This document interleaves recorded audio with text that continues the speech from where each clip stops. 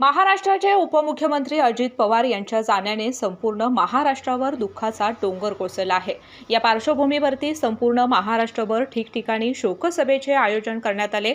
खाटांगळे येथे प्रकाश मुगडे यांनी राष्ट्रवादी काँग्रेसच्या सर्व कार्यकर्त्यांच्या समवेत शोकसभेचे आयोजन केले होते।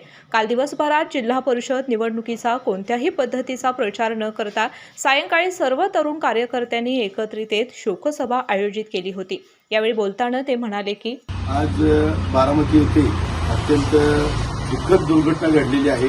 आपल्या राज्याचे उपमुख्यमंत्री आणि आपल्या राष्ट्रवादी काँग्रेस पार्टीचे अध्यक्ष, आपल्या सर्वांचे नेते आदरणीय अजितदादा पवार यांचं बारामती येथे विमान दुर्घटनेमध्ये दुःखद झालं। अजितदादांनी मागच्या 40 वर्षांमध्ये हा महाराष्ट्र घडवण्याचं काम केलं। कामगार असतील, शेतकरी असतील, व्यावसायिक असतील, व्यापारी असतील, गोरगरीब लोक असतील, यांच्यासाठी अहोरात्र राबण्याचं काम या ठिकाणी या नेतृत्वाने केलं आणि आज आपल्यातून ते निघून गेलेले आहेत। अशा या आपल्या नेतृत्वाला राष्ट्रवादी काँग्रेस पार्टी सांगरूळ जिल्हा परिषदेच्या वतीनं या ठिकाणी भावपूर्ण श्रद्धांजली अर्पण करतो।